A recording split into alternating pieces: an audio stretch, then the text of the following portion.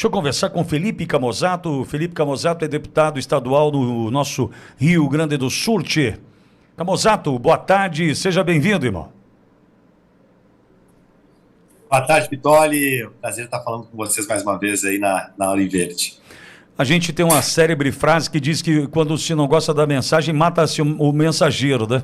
Acho que é o que está acontecendo contigo. Eu queria que você contasse para nós. Vou pegar meus óculos de especialista, peraí, assim, né? De especialista em segurança pública. Agora sim. Por onde você arrumou? Eu preciso pegar o meu também, de especialista em tanta coisa. Agora eu quero pegar eu meu. tô achando maravilhoso. Compartilhei lá a policial militar do Rio lá com óculos ao contrário, dizendo que é especialista. Me alcança a pedra aí, me alcança. Maravilhoso. Mas vamos lá, Camozzato, pois é, os especialistas, né? Eu queria conversar contigo sobre essa história de você ser interpelado judicialmente pelo governador Eduardo Leite por conta de denúncias contra possíveis fraudes na educação. Não gostaram da mensagem, estão querendo pegar o mensageiro, Camozzato? Pois é, né, Pitoli? Aprenderam bem com o Alexandre de Moraes e a turma do Supremo, que, aliás, fez isso recentemente com alguns deputados, dentre eles o próprio Marcel Van Hatten, né, que falou em tribuna sobre a situação de fraude documental da entrada do Felipe Martins nos Estados Unidos, e falou sobre os delegados da Polícia Federal que estavam usando esse documento para prendê-lo, né, e que isso era crime, né, e era inadmissível, e o Marcel acabou investigado, em vez de se investigar justamente a denúncia do Marcel. E no meu caso foi semelhante, guardadas as proporções, mas eu recebi uma série de mensagens aqui de professores, enfim, profissionais da educação falando sobre uma alteração das normas de aprovação e reprovação de alunos, e também sobre uma pressão que estavam sofrendo da Secretaria de Educação e coordenadorias para mexer nas notas e também forjar aprovações de alunos que não aprenderam nada, inclusive com pressão para que não reprovassem ninguém. E aí eu fui recebendo essas denúncias e trouxe elas a público em tribuna do parlamento, né, assim como a lei prevê e, aliás, a Constituição nos coloca na condição de imunidade parlamentar para que possamos fazer as denúncias, trazer as informações, fazer nossos votos, representando a população e os eleitores sem nenhum receio de ser processado por isso, né? Para que a gente possa esclarecer os fatos. E por fazer meu trabalho, conforme a lei e a Constituição prevê, o governador resolveu me interpelar judicialmente, né, uma coisa absurda, né, Pitoli? É uma perseguição ao mensageiro, e eu não vi nenhuma movimentação do governo em tentar esclarecer as denúncias que eu trouxe em tribuna. E amanhã, terça-feira, nós temos sessão aqui na Assembleia Legislativa do Rio Grande do Sul, e eu vou receber o oficial de justiça para me entregar a notificação da interpelação. E aí vamos entender realmente qual é o conteúdo dessa interpelação, porque até então eu só li sobre ela no veículo oficial aqui de imprensa do governo do estado, né? Tem um grande veículo de comunicação aqui, que é a assessoria, tem se comportado como assessoria do Palácio Piratini aqui, sempre tem informação exclusiva, sempre tem a informação do bastidor, sempre tem a íntegra dos processos, e sempre que acontece qualquer crítica ao governador, é o primeiro a sair em sua defesa, né? Aí também tem assessoria de comunicação, então. O duro que são pagos com o nosso dinheiro, né, Camozzato? Isso que me incomoda, né? Outra coisa que o Eduardo Leite aprendeu com o PT, né? O PT bate recordes de gasto em publicidade, uso das estatais para isso. Aqui no Rio Grande do Sul a gente está vendo exatamente a mesma coisa. Estamos vendo, assim, volumes absurdos de recursos sendo colocados em publicidade institucional e através de estatais também, assim, jorrando dinheiro de publicidade para comprar, né? Uma palavra amiga, né? Um ombro amigo. A gente fala que manchetes amenas. A gente fala que é investir no convencimento. Pois então. Então a gente paga duas vezes, né? Paga uma carga tributária alta para os serviços que não chegam e, além disso, paga para que o governo diga que está fazendo um bom serviço para você, né? É uma coisa ridícula. Agora, diz para a gente exatamente o que você trouxe nessa tua denúncia, Camozzato. Vamos lá, Pitoli. Esse é um grande... Olha, eu acho que a educação brasileira pode estar nos holofotes aí, tá, Pitoli? Porque isso que a gente está recebendo de denúncias, a gente começou a receber mensagens dizendo que isso acontece em outros estados. Então é um tema aí que poderia ser averiguado, inclusive, pela Câmara Federal, tá? Por deputados e senadores. Basicamente é o seguinte: a educação pública brasileira, ela é medida a sua qualidade pelo que chama de IDEB, né? Que é uma prova, um índice que mede o Índice de Desenvolvimento da Educação Básica, né? E o IDEB, esse índice, ele é composto basicamente por duas coisas. Uma delas é a nota dos alunos nas provas, tá? SAEB, que é uma avaliação nacional, e aprovação de alunos. Tá? O que aconteceu? Vários estados brasileiros têm mexido na taxa de aprovação dos alunos, porque eles não conseguem manipular as notas na prova, né? Que é o que mede a aprendizagem. Embora a gente tenha relatos também de professores oferecendo consulta para os alunos durante a prova do SAEB para que eles Isso. desempenhem melhor. Mas na reprovação, o que a gente tem visto são vários estados brasileiros entrando com uma linha assim de que, olha, reprovar faz mal, reprovar faz com que o aluno saia das escolas, aumenta a evasão e tudo mais. Bom, a questão é a seguinte: quando a gente olha para esse tipo de política feita na Dinamarca, feita na Noruega, feita em países desenvolvidos, realmente lá eles usam esse tipo de redução da reprovação, porque eles fazem o quê? Um reforço contínuo, monitoramento dos alunos que têm menor aprendizagem para que eles possam aprender e aí eles não sejam reprovados, não percam um ano. Aqui o que a gente está vendo é uma série de governadores mexendo através de decreto ou de lei na regra de aprovação dos alunos. Então, o aluno que não aprende, ele acaba sendo automaticamente aprovado, ou a professora vai lá e dá um trabalhinho qualquer para dizer que ele está em condição de aprovar, mesmo que ele não tenha aprendido nada. E aí, uma das denúncias que eu trouxe em tribuna foi um áudio que eu recebi de uma reunião que teria sido gravada, onde alguém que está prestando orientação ao professor diz assim: aqui não vai ter ninguém que ganhe nota menor que 6. Só pode reprovar aluno infrequente, quem não vir na aula. Quem vier para a aula vai dando trabalhinho até que aprove e a nota mínima que a gente aceita é 6. Resumo da história. Se você faz com que a reprovação ela seja artificial, independente da aprendizagem, como isso mexe no indicador do IDEB, porque é prova mais reprovação, a reprovação ela melhora e a nota do IDEB vai melhorar. E aí o Estado, de um ano para o outro, vai ter uma melhora na educação. Ótimo argumento político para quem não quer fazer o dever de casa, não quer que o aluno aprenda, mas quer dizer lá para fora que a nota do Estado melhorou na educação. Olha, nosso Estado melhorou na educação. E tanto isso é verdade, Pitori, que a gente encontrou o exemplo do Pará, onde no passado, em 2023, o Pará também alterou por decreto a regra de reprovação e saiu de uma taxa de reprovação onde se tinha 76% dos alunos eram aprovados para 99% de alunos aprovados. E o Pará ele saiu lá da 21ª, se não me engano, posição do IDEB nacional para a 6ª posição do IDEB nacional. Ou seja, sem melhorar nada da aprendizagem. E aqui no Rio Grande do Sul, o que a gente está vendo é o seguinte: as notas da prova do SAEB, que medem a aprendizagem, no Rio Grande do Sul não melhorou. Mas a gente já começou a ver o reflexo da melhoria de IDEB por conta da alteração da regra de reprovação. Então, assim, as minhas denúncias, elas têm fundamento. E tem uma série de professores que estão dizendo isso é verdade, isso está acontecendo, estão mexendo nas notas, estão mexendo na reprovação, não nos deixam reprovar. Muito professor mandando mensagem dizendo que está entregando as contas, inclusive. Não vou mais dar aula, porque eu me sinto forjando e me sinto um imoral, fazendo coisa errada, mentindo para as crianças, para as famílias e para as pessoas. Então, tudo isso nós estamos juntando, esses documentos, que é uma apuração em andamento. E amanhã, aqui na Comissão de Educação da Assembleia, nós protocolamos uma subcomissão na Comissão de Educação para apurar todas essas informações, esses processos, essas denúncias, para a gente poder montar um relatório sobre isso, porque a nossa finalidade é que a educação efetivamente reflita a nota de aprendizagem com o que os alunos estão fazendo, né, para que o aluno e as famílias gaúchas não sejam enganadas. Só que se isso está acontecendo no Rio Grande do Sul e também em outros estados, talvez a nota nacional de aprendizagem seja muito pior do que a gente está vendo por aí, viu, Pitório? Inclusive em vários estados brasileiros e talvez nos rankings internacionais. Só não digo isso sobre o PISA, porque o PISA é uma avaliação internacional, que é uma aferição diferente dessa que os estados fazem. Mas pode ser que o Brasil seja muito pior em termos de analfabetismo funcional e deseducação, vendendo a ideia de que está educando, do que muito político está dizendo por aí, viu? Eduardo Leite deve ter aprendido com o PSDB que cria esse modelo de progressão continuada ainda nos anos 1990, com Fernando Henrique Cardoso, e modelo aplicado dentro do governo Mário Covas, né, do governo Geraldo Alckmin, dentro do estado de São Paulo, porque quando determinou-se que não poderia haver mais criança fora da escola, não tinha vaga para todo mundo. A gente sabe que foi isso que aconteceu. E agora? Como é que nós vamos fazer? Não tem vaga para todo mundo. Os repetentes, aqueles que ficavam para trás, deixaram de existir, porque aquela cadeira precisava ser ocupada por outra criança, porque senão o Ministério Público iria para cima do governante. Pera um pouquinho, você não deu vaga, não pode mais ter criança fora da escola. Educação é um dever do Estado.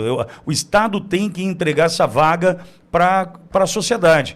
E aí, então, criou-se no estado de São Paulo, via PSDB, né, Covas, Alckmin, essa turminha aí, né, e tudo isso com o apoio do governo federal de Fernando Henrique Cardoso, a maldita progressão continuada. Não importa se aprendeu, tem que passar. Exatamente isso que o Camozzato está dizendo para a gente. O problema é que, nesse caso, estão distorcendo um índice que é importante, é referência e vai ser usado em campanha eleitoral. Já entendi perfeitamente. Ou seja, se a gente usar com esses elementos distorcidos, a gente vai ter uma visão absolutamente errada do que acontece no Brasil hoje.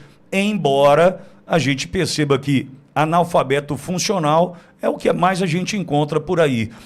Eu dizia, Camozzato, aliás, um comentarista nosso dizia há algum tempo aqui na Auriverde, isso há 9, 10 anos, ele falava assim, já não teremos pessoas para anotar um recado num estabelecimento comercial. Olha, você vai anotar recado. Não, já não vai ter mais. Acho que chegou o dia. Conseguimos, destruindo a educação. E quem quer cobrar, ao invés do governo do estado do Rio Grande do Sul dar a resposta que o Camozzato quer, não. Vai e tenta interpelar judicialmente o Camozzato. Não, é verdade. E aí, esse tipo de prática encontra um governador marqueteiro, populista, que como eu falei antes, ele tá gastando um monte de dinheiro em campanha publicitária aqui, né, Pitoli? Então, agora, esses dias, se tu rodar aqui no estado do Rio Grande do Sul, recentemente tu estivesse por aqui, tá cheio de outdoor pelo estado dizendo assim, a grande obra é proteger você. Aí a gente visita os municípios aqui e tem estrada destruída da enchente que nem começou a obra de reconstrução, mas os outdoor estão tudo em pé. Campanha a 1000, né? E educação era uma das promessas de campanha do governador na sua reeleição, que ele disse que ia ser prioridade. Só que pega um governador marqueteiro, é isso que ele é, um publicitário. Como ele não consegue resolver a aprendizagem dos alunos, vai lá e, ao que tudo indica, né, altera a regra de reprovação, pensando, olha, eu vou mexer no IDEB lá na frente, para que o IDEB venha melhor, mexendo na reprovação, e aí vai mostrar que o Estado melhorou o seu IDEB, o Estado melhorou a educação, eu vou poder entregar, então, a promessa de campanha. A educação melhorou. Tal qual as obras não saem do papel, mas os outdoor estão lá. É marqueteiro pra caramba. Assim, por isso que eu falei, aprenderam com o PT, e o PT às vezes reclama aqui do Eduardo Leite, eu brinco com o PT aqui, que eu digo, vocês estão reclamando porque isso aí é inveja, é ciúme daquele professor que ensinou tão bem o aluno, que o aluno faz melhor, sabe? E isso é triste, porque está enganando o quê? As famílias mais pobres, né, mais vulneráveis, e que dependem da educação pública, e vão lá e falam para o seu filho, vá para a escola, meu filho, isso é importante para o seu futuro, tudo mais. O jovem vai para a escola, vai lá, não aprende nada, é passado de ano, vai passar a vida escolar inteira sendo passado, para chegar no final, ele não conseguir nem ter um emprego, porque não conseguiu aprender a ler e escrever. Porque ninguém se preocupou com a aprendizagem. Só se preocuparam em ver se ele era frequente em sala de aula para sair aprovando ele, para depois poder estar nos índices, né, dos PowerPoints do governador de que a educação melhorou. Agora, Camozzato, e as consequências disso? Você vai seguir na denúncia, não tem como retroceder agora, né? Não vou retroceder coisa nenhuma. O governador quer me calar, não vai me calar. Se ele acha que entrei na política vai ficar baixando cabeça para populista, demagogo e marqueteiro, ele se engana profundamente. Nós vamos até o fim. Por isso que eu protocolei e amanhã nós vamos votar a subcomissão da educação, na comissão de educação, para apurar todas essas ferramentas, essas denúncias, essas informações. E se for preciso, a gente faz também, busca aí assinatura para uma CPI na educação. Fato é que eu dei um dever de proteger a população e os alunos da rede pública que investem o dinheiro deles, os impostos deles, para ter serviço e não para ser enganado. Então eu vou até o fim, eu tenho um dever. Imagina, Pitoli, se tu recebe essa denúncia, tu é deputado, e tu não dá vazão a uma denúncia dessa, tu prevarica, isso é prevaricação. Então o governador resolveu me interpelar judicialmente para tentar me intimidar e me calar, para não investigar as denúncias. Não, só um pouquinho. Quem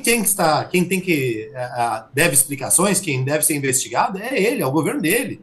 Né? O deputado está na sua função de oferecer as informações, trazer a público e dizer, isso aqui tem que ser apurado. Foi essencialmente o que eu fiz. E já que ele não está muito afim de fazer isso, nós vamos fazer. Agora, Camozzato, você falou da publicidade, né? Tem outdoor, mas não tem estrada, né? É isso que está acontecendo em muitos pontos do Rio Grande do Sul hoje. A população sabe o que está acontecendo, né, Camozzato? Não é possível que, nesse caso, a publicidade venha a maquiar uma mentira gigantesca que é a reconstrução do Rio Grande, enfim. Por que eu digo isso? A gente sabe que o governo federal, quando trata de algumas questões em campanhas publicitárias, ele usa da desinformação para tentar convencer. Mas, nesse caso, quem sofre na pele, como sofre o povo gaúcho, eu não quero crer que acredite em campanha midiática, essas besteiras que o Eduardo Leite tem promovido por aí, né? Olha, tem aquele ditado que diz que todo dia de manhã um trouxa e um esperto saem de casa. É. E eventualmente eles se encontram, né? Eu costumo dizer que quando eles se encontram, o PT ganha um voto. Mas nesse caso, quem segue acreditando no Eduardo vai votar nele também, mesmo diante de todas essas manipulações e enganações da publicidade dele, aí, das Verdade. propagandas dele. Porque assim, vamos lá. Ele é muito habilidoso com as palavras. Ele é um governador habilidoso, tem maioria aqui na Assembleia, está investindo mais de 200 milhões de reais em publicidade institucional. Isso não é pouco dinheiro. Boa parte dos veículos de imprensa aqui tem muita restrição em oferecer críticas ao governo dele, né, porque estão em alguma medida comprometidos também com essas verbas. Até agradeço o espaço da Auriverde para a gente poder estar falando disso, né, e peço para quem está nos acompanhando que possa compartilhar, porque o Eduardo Leite tem o sonho de ser candidato a presidente da República, né? A ideia dele, por que ele está fazendo tudo isso? Porque ele quer ser presidenciável. Então você aí que está nos acompanhando de Bauru, de São Paulo, do Brasil inteiro, saiba que enquanto a gente não desmascarar ele vai seguir enganando a população. Tem um monte de gente lá na Faria Lima que leva ele a sério. Tem um monte de gente que é bem formado que acha que tem procedência e que não entende os meandros do governo. Ele vai entregar o governo, do ponto de vista fiscal, Pitório, quebrado, porque está gastando tudo no mandato. Está aumentando despesa sem ter garantia de receita.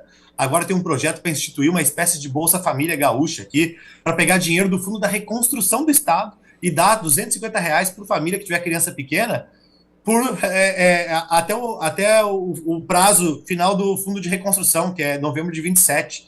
Ou seja, e assim, ele está fazendo agora, nós estamos em novembro de 25, tá?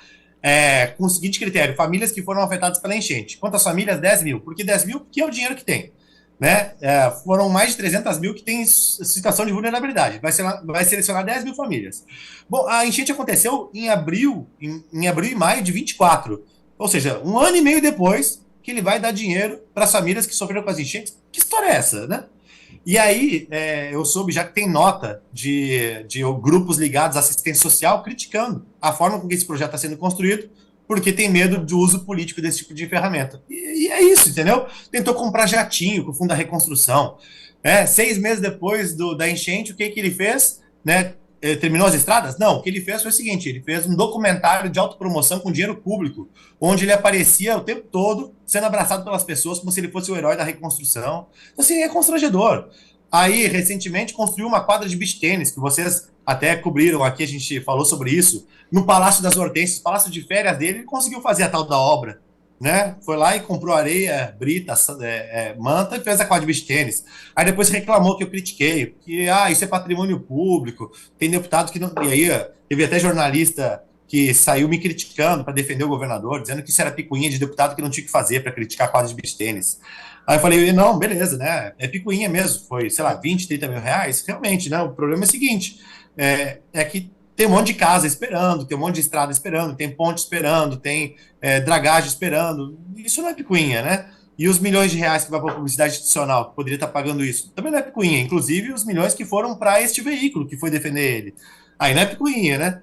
Mas já que é tudo patrimônio do governo, a casa, né, por que não constrói uma banheira de hidromassagem, uma piscina olímpica, faz um campo de futebol, faz um segundo palácio? É patrimônio público mesmo, né? Então, assim, é uma disfarçatez. É uma Camozato, vergonha. e ele tentou tirar algum proveito da situação do Rio, porque a gente viu. Veja, não estou dizendo que não deva acontecer a união de quem quer de fato combater o crime. Mas a gente sabe que agora até o PT tem moção de aplauso para policial no Rio. Então o PT já percebeu que a opinião pública foi para um lado, e deixa eu ir também, então eu vou me lascar. Como é que o Eduardo Leite se posicionou com relação à operação no Rio de Janeiro, Camozato? É aquela história que eu falei antes, né? Todo dia de manhã sai um trouxa e um esperto de casa, né? Aí o Eduardo Leite, quando deu a operação, aí viu a consternação em torno do fato, foi lá e disse, né, que, olha, vou mandar as Forças de Segurança Gaúchas para o Rio de Janeiro, estão à disposição do governador Cláudio Castro. Aí, querendo aplausos, né? Querendo aplausos, porque viu que estava dando repercussão positiva nas redes sociais a operação. Aí foi lá e disse, não, as tropas do Rio Grande do Sul, as forças de segurança do Rio Grande do Sul estão à disposição do governador Cláudio Castro. Ato contínuo, acho que não deu nem 24 horas, eu acho. Ele foi para entrevista dizer assim, não, acho que a função da polícia não é matar, a função do Estado não é matar bandido e tal, etc. Aí já foi sinalizar para a esquerda, né? Assim, é uma disfarçatez, assim, olha, ele está tão desesperado por fazer discurso contra a polarização, por não ser nem de esquerda nem de direita, né, ser o candidato de extremo centro, está tão desesperado que ele se coloca nessas situações constrangedoras. Então, assim, é marqueteiro, né? Olha, cai quem quer. Mas foi constrangedor. Inclusive, o Pavinato, eu vi nas redes do Pavinato hoje, que o Pavinato deu notícia de que o governador Eduardo Leite esteve no Rio de Janeiro, agora neste final de semana, não participou, decidiu não participar da reunião dos governadores lá, para prestar apoio, solidariedade e união, mas, pelo que o Pavinato diz, o governador foi fazer festa, né? O marido do governador supostamente teria publicado que eles estavam fazendo festa. Eu confesso que eu não vi, tá? Eu não olhei, mas está nas redes do Pavinato aí. O que mais uma vez mostra que a intenção dele era ir para participar do encontro dos governadores, e de certo foi avisado, isso aí vai ficar muito direitoso aí, acho que é melhor tu não ir. Bom, passagem está comprada, de certo, vamos lá, e aí ficamos pelo Rio de Janeiro mesmo, não sei, né? Aí é suposição da minha parte, mas enfim, é um governador muito, muito, muito bom de publicidade, né? Camozato, e a gente por aqui à disposição. Se tiver qualquer desdobramento essa história aí da denúncia feita, aqui a gente respeita o mensageiro e quer que a mensagem seja apurada de fato. Pode contar com a Auriverde, viu, Camozato? Muito obrigado, Pitoli. Obrigado pelo espaço, né? Agradecer aí a Auriverde. Aí, né? Quem quiser acompanhar um pouco mais, ficou com dúvidas ou quer trazer mais informações, eu vou deixar à disposição minha rede social aqui, Pitoli, se me permite, porque a gente está recebendo muitas denúncias pela rede social, viu? Já tem mais de 50 denúncias que foram recebidas de professores de todo o estado, inclusive de fora do estado, muitos relatando que no meu estado também acontece isso, né? Enfim, então fica lá, @Felipe Camozato, tá aqui na tela o Camozato, né? Com 2 Z's de Zema, um T de Tarcísio, e fica à disposição aí para que as pessoas possam mandar suas mensagens. Camozato, um abraço, parabéns pelo trabalho. Obrigado, Pitoli, parabéns pelo trabalho de vocês também, obrigado. Tamo juntos, valeu. Felipe Camozato conversando conosco.